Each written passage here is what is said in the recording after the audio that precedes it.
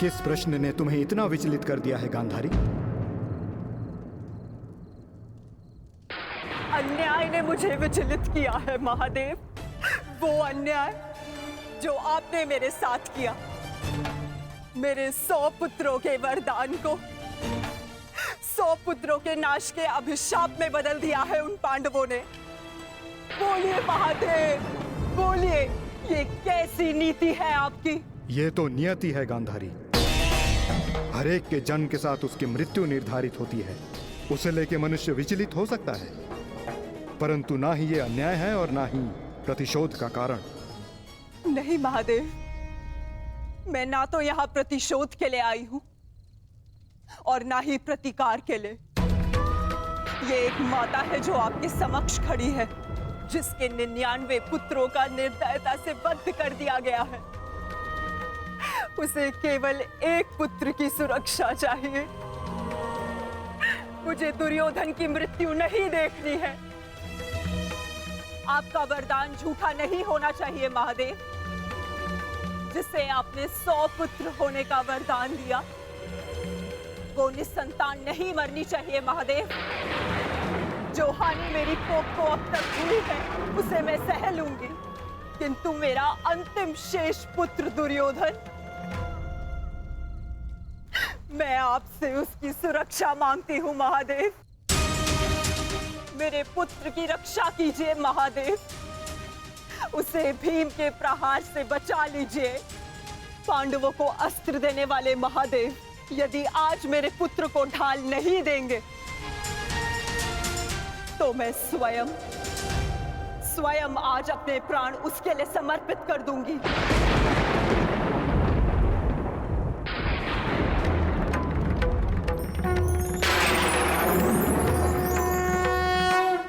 तुमने अपने पुत्र के साथ अन्याय किया है गांधारी। एक माँ अपनी संतान को देख देख जितनी प्रसन्नता पाती है, उसकी संतान अपनी माँ की दृष्टि से उतनी ही शक्ति भी पाती है। परंतु मैं कुछ समझी नहीं महादेव। तुम्हारे पुत्र की सुरक्षा अब तुम्हारे हाथ है गांधारी। वर्षों से आंखें बंद करके जो तप अर्जित किया है, उसका प्रयोग करो। तुम्हारी दृष्टि तुम्हारे पुत्र के शरीर को वज्र का बना देगी।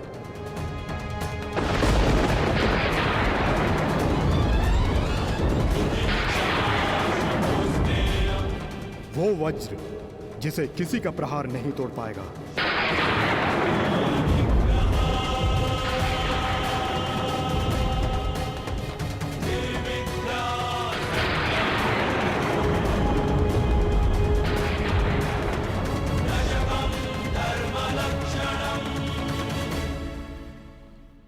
ये आपने क्या कर दिया महादेव? आप स्वयं धर्म स्वरूप हैं महादेव। फिर धर्म स्थापना में आप बाधा कैसे बन सकते हैं? धर्म स्थापना के लिए दुर्योधन का नाश आवश्यक है महादेव, और आपने दुर्योधन को अटूट ढाल दे दी। मैंने वही किया जो परिस्थिति के अनुकूल था। परंतु नियति के लिए तो प्रतिकूल था ना भोलेनाथ। मेरा परम भक्त यदि मुझसे कुछ मांगता है तो मैं उसे मना नहीं कर सकता माधव। ये तो आप जानते हैं। मानता हूं इसके कारण बार बार आपके समक्ष समस्याएं उत्पन्न होती हैं, परंतु मुझे विश्वास है कि हर बार की भांति इस बार भी नारायण इस समस्या का हल निकाल ही लेंगे। मैं अपनी व्यवस्था से बंधा था, परंतु आप अपना कार्य पूर्ण करने के लिए स्वतंत्र हैं।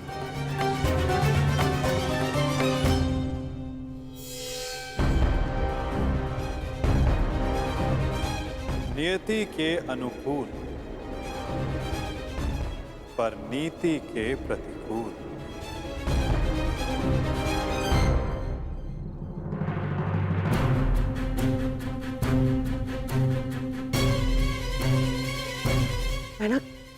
मैना क्या हुआ? महादेव ने दर्शन दिए? मैना बता। गांधारी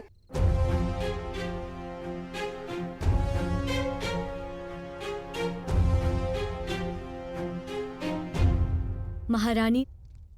दासी, युवराज दुर्योधन से कहिए मैंने उन्हें अपने समक्ष प्रस्तुत होने का आदेश दिया है, तुरंत।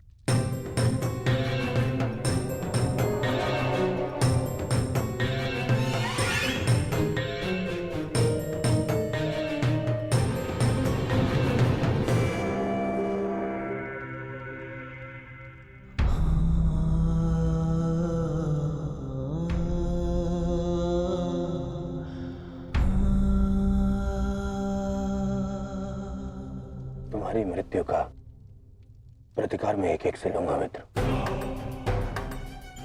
और पांडवों को छोड़ूंगा नहीं। उन्हें तुम्हारे साथ किए गए अन्याय का प्रतिकार चुकाना होगा मित्र।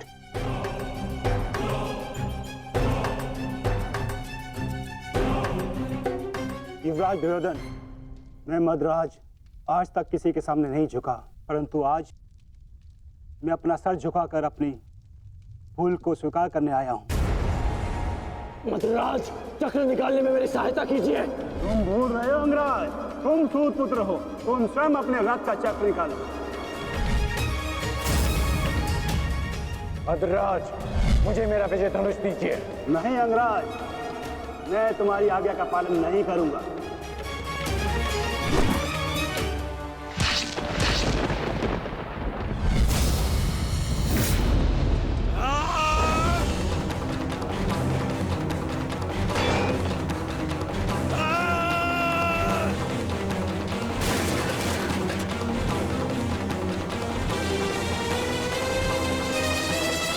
लज्जा नहीं आती है आपको? जिस कर्म को करने के पश्चात मृत्यु मांगनी चाहिए, उसके लिए क्षमा मांग रहे हैं आप। ऐसे कर्म को करने के पश्चात आपका अब साहस कैसे हुआ मुझसे क्षमा मांगने के लिए? चक्ररथ को निकालने में सहायता की होती, विकर्ण को उसका विजय धनुष दे दिया होता, तो आज एक धनुर्धारी मरता, परंतु वो कर्ण नहीं अर्जुन होता। आपने अपनी व्यक्तिगत शत्रुता मिटाने के लिए एक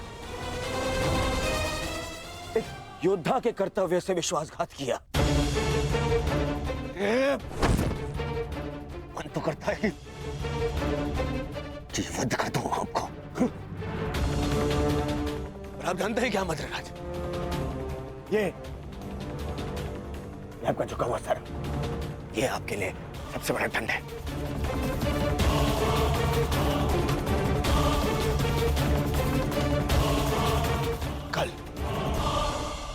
कल प्रातः काल सूर्योदय से पूर्व आप युद्ध भूमि से अस्त हो जाएंगे। मैं आपका मुख नहीं देखना चाहता।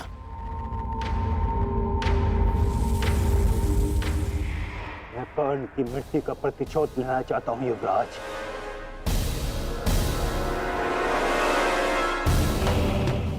आप लेंगे प्रतिशोध? मैं लूंगा प्रतिशोध, और उसके लिए मुझे आपकी आवश्यकता नहीं है। प्रतिशोध लेंगे। किंतु मुझे पश्चाताप के अवसर की आवश्यकता है युवराज। मैं आपको निराश नहीं होने दूंगा। महारथी कर्ण का सारथी बनकर जो मैं नहीं कर सका वो मैं अब करूंगा, अपने कर्तव्य का पालन। युवराज की जय हो। महारानी ने आपको इसी समय अपने कक्ष में प्रस्तुत होने का आदेश दिया है।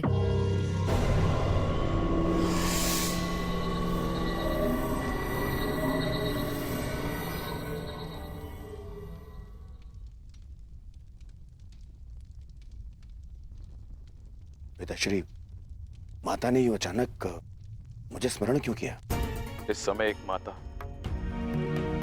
केवल अपने पुत्र से बात करना चाहती है पुत्र, इसके अतिरिक्त मुझे कुछ ज्ञात नहीं।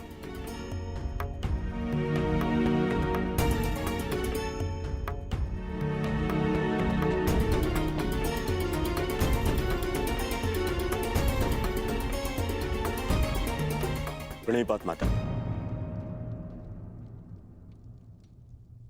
आपने मुझे स्मरण किया।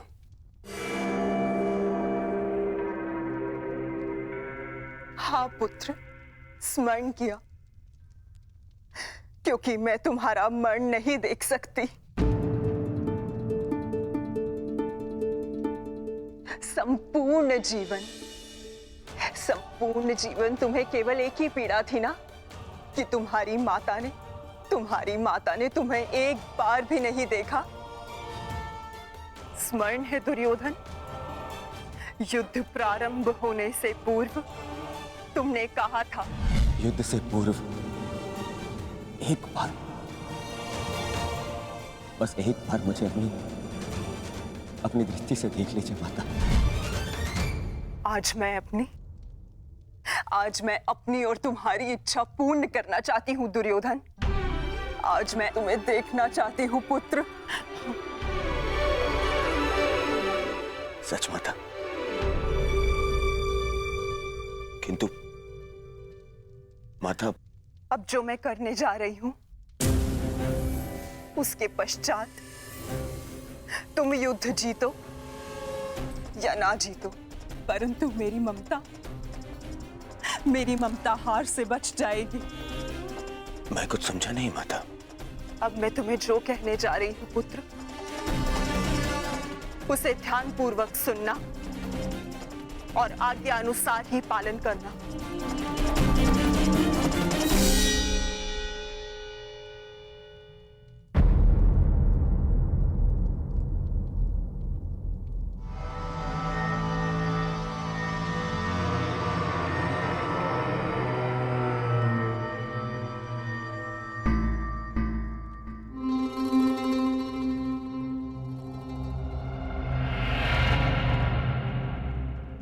दुर्योधन, क्या हुआ? क्या कहा गांधारी ने? और उसने तुम्हें क्यों बुलाया था? गंगा स्नान के लिए जाना है मामाश्री। गंगा स्नान? किंतु क्यों दुर्योधन? देखो दुर्योधन, तुम अपने मामा को कुछ नहीं बताओगे? हैं? ये स्नान, ये क्या है सब कुछ? माता के आदेश का पालन करने के लिए, किंतु परंतु नहीं पूछते मामाश्री। मैं भी तुम्हारे साथ चलता हूं।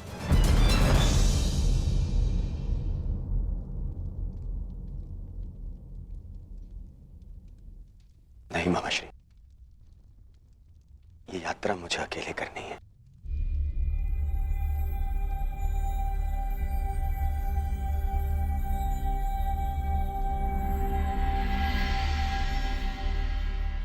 आइए आप सब भोजन ग्रहण कर लीजिए। किन हाथों से भोजन ग्रहण करें पांचाली?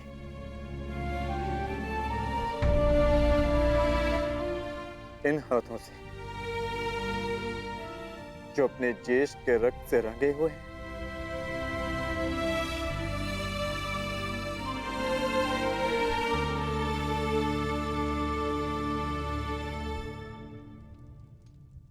जाओ पार्थ, जाकर विश्राम कर लो।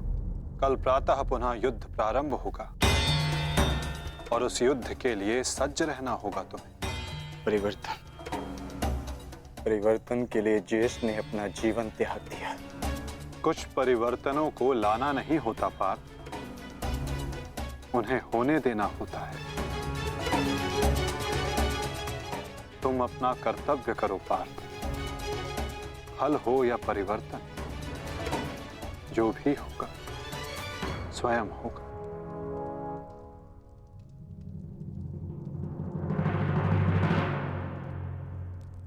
आप कहां जा रहे हैं माधव?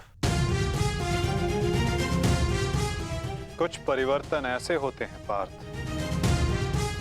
जिनमें सहायता करना धर्म होता है और कुछ ऐसे जिनमें बाधा डालना आवश्यक। मैं समझा नहीं माता। समझने की आवश्यकता भी नहीं है पार्थ।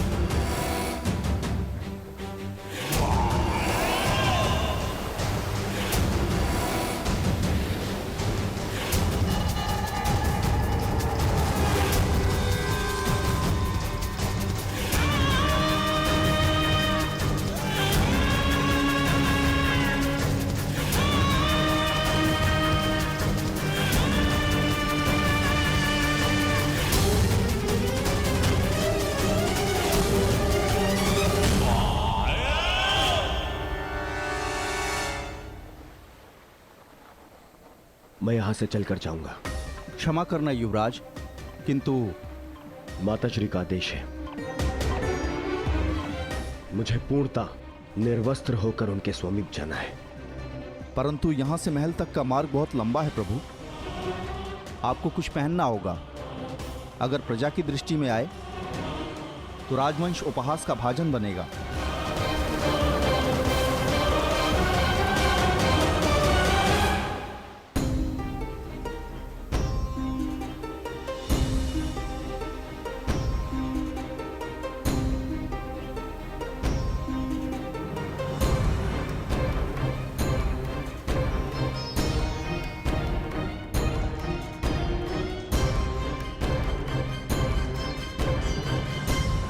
अपने पिता का आदेश नहीं मानता, बहुत बड़ा बुद्धिमान समझता है अपने आप को।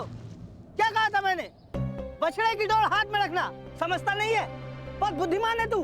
क्या समझाया था मैंने? क्या कहा था मैंने? क्या पूछ रहा हूँ मैं? क्या समझाया था मैंने? ये क्या कर रहे हो? क्यों इस बालक को कष्ट पहुंचा रहे हो? अब तुम कौन हो हमारे बीच में आने वाले? ये मेरा पुत्र है, मैं जो चाहे इसके साथ वो करूं। तुम हमारे मध्य में आने वाले कौन होते हो? मैं हस्तिनापुर का युवराज हूँ। क्षमा करिए युवराज, मैंने आपको पहचाना नहीं, परंतु वास्तविकता ये है कि इसने अपने माता पिता के आदेश का पालन ही नहीं किया। मैंने इसे बताया था, बछड़े की डोर कभी हाथ से मत छोड़ना, सदैव डोर अपने हाथ में ही रखना, परंतु ये नहीं माना। इसने बछड़े की डोर को अपने हाथ से छोड़ दिया और बछड़ा खो गया। अब आप ही बताइए, मैं क्या करूं? परंतु आप इस भांति अर्धनग्न अवस्था में। मेरी माता का आदेश है। देख, सीख इनसे कुछ। हस्तिनापुर के युवराज होते हुए भी अपने माता पिता के आदेश का अक्षरशः पालन करते हैं। धन्य हैं आप युवराज। माता पिता के आदेश का अक्षरशः पालन करना, माता पिता ने जो भी कहा है, जैसा भी कहा है, उस कार्य को उसी अनुरूप करना कोई आपसे सीखे युवराज। पुत्र, तुम्हारे पिता उचित कह रहे हैं। तुम्हें अपने माता पिता की बात माननी चाहिए।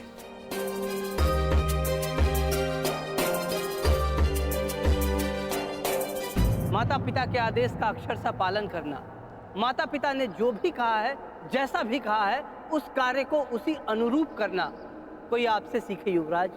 धन्य हैं आप युवराज।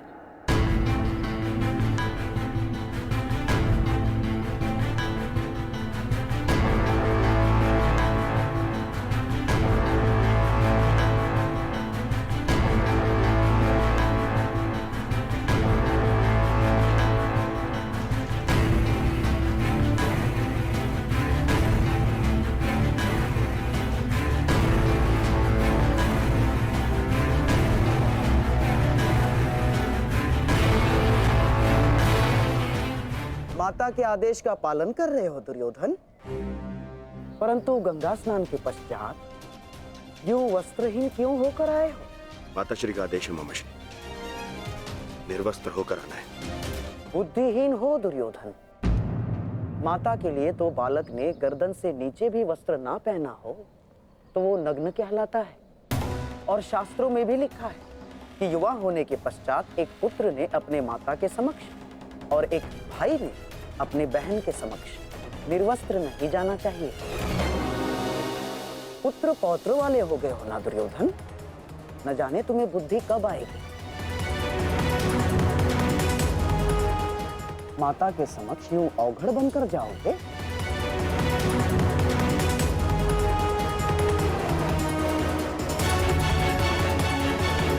तो वाले हो गए हो ना दुर्योधन, न जाने तुम्हें बुद्धि कब आएगी। माता के समक्ष यूं अवघड़ बनकर जाओगे? रुको,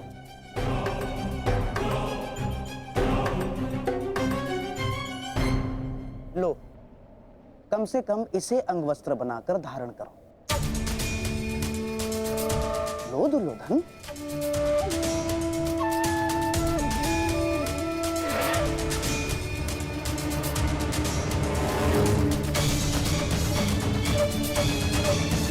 सोच क्या रहे हो दुर्योधन? देखो, मेरी बात मानो, तुम्हारा इस दशा में जाना उचित नहीं होगा। ठीक है ममश्री।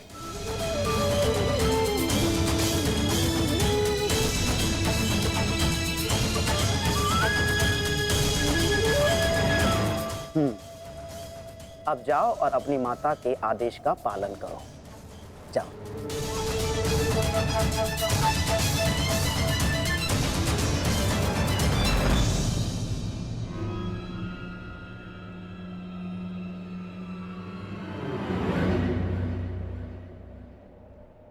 कहां से आ रहे हैं युवराज? तुम यहाँ क्या कर रहे हो वासुदेव? और इससे तुम्हें क्या कि मैं कहां से आ रहा हूं? मेरा कुछ नहीं युवराज, परंतु जब आपकी माता ने अपने समक्ष आपको नग्न अवस्था में आने का आदेश दिया है, तो फिर आप ये पहनकर क्यों जा रहे हैं? उस अवस्था में जाइए जिस अवस्था में आपको आपकी माता ने बुलाया है।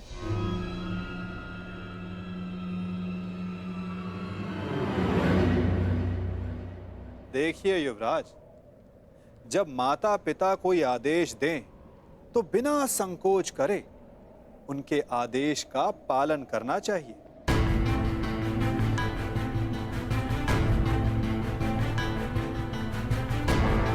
किंतु तुम्हें माता के आदेश के बारे में किसने बताया?